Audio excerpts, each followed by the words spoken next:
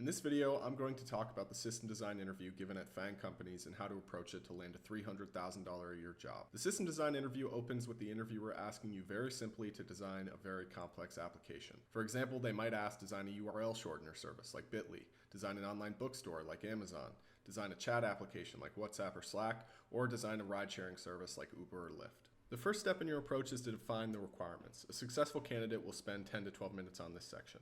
For example, functional requirements specify what a system should be able to do. They outline the essential capabilities and operations of the system from the user's perspective. If the question is something like design Uber, that's when the interviewer expects you to ask probing questions and narrow down the scope. Start by asking questions like, what parts of Uber should we focus on? Will authentication be in or out of scope? Asking these types of questions will allow us to write down clear requirements for the problem. We might land on requirements like users should be able to book a ride anywhere in the US. Drivers should be able to accept or decline rides based on their own preferences. Drivers should be matched with riders based on several factors such as rating and proximity. Riders should be able to view, cancel, and request support for their past and future rides. Nailing these down early in the interview will allow you to focus on the parts of the design that really matter and avoid going down the rabbit hole on the things that don't. Next, we have the non-functional requirements. Non-functional requirements outline how a system performs the required functions.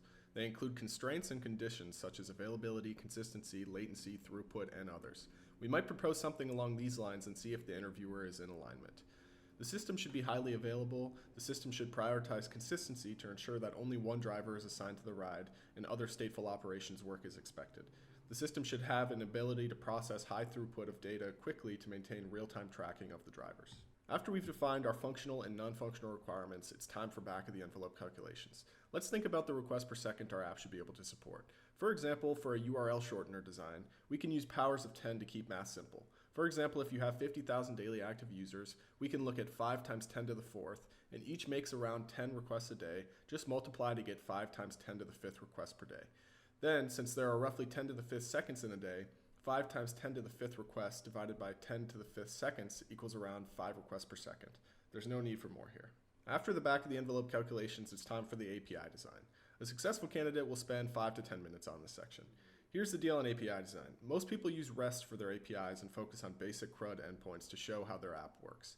However, in a system design interview, the API isn't always the main focus, and some senior engineers might even skip this part altogether. Sometimes choosing a different protocol other than REST can be very beneficial.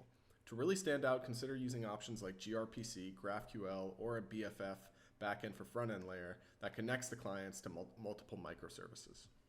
After we design or don't design our API, we get into the most important section, which is entity and high-level design.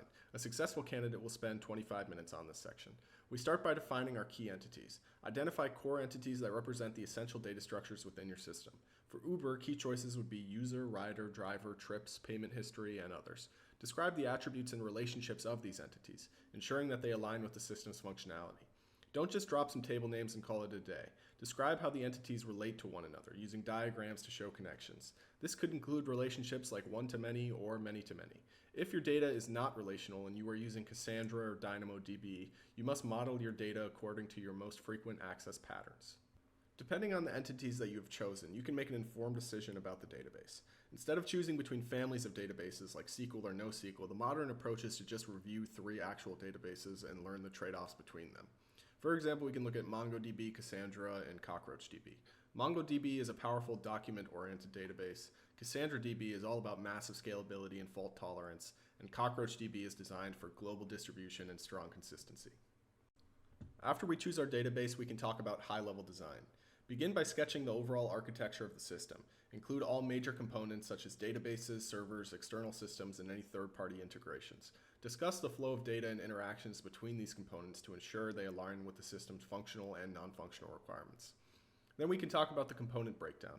Identify and describe the roles of each major component, for example, front-end services, back-end services, load balancers, and data storage systems. You also want to explain how components communicate, emphasizing the technologies and protocols that facilitate the communication. Finally, we can talk about scalability and redundancy. Highlight your design choices that address scalability, such as microservices, distributed systems, or caching layers. Also consider redundancy strategies for ensuring system reliability and availability, such as data replication or failover strategies. Finally, we can really flex in the deep dive section. A successful candidate will spend around 10 minutes here. In the deep dive phase of a system design interview, you'll focus on a single component of your system and break it down in detail. This is your chance to really show off your knowledge. One common pitfall here is fitting your diagram so tightly that it's tough to add new components. So make sure you have left some room for growth. It's a great opportunity to prove you understand both the overall design and the finer technical details. The best components to deep dive often include caching, workflow engines, or message queues, and for some problems may even include geospatial data or analytics. If you can do all of that in 45 minutes, you'll get the job. God bless. Subscribe for more or schedule a session at easyclimb.tech with a mentor who can help you master system design. Thank you for watching.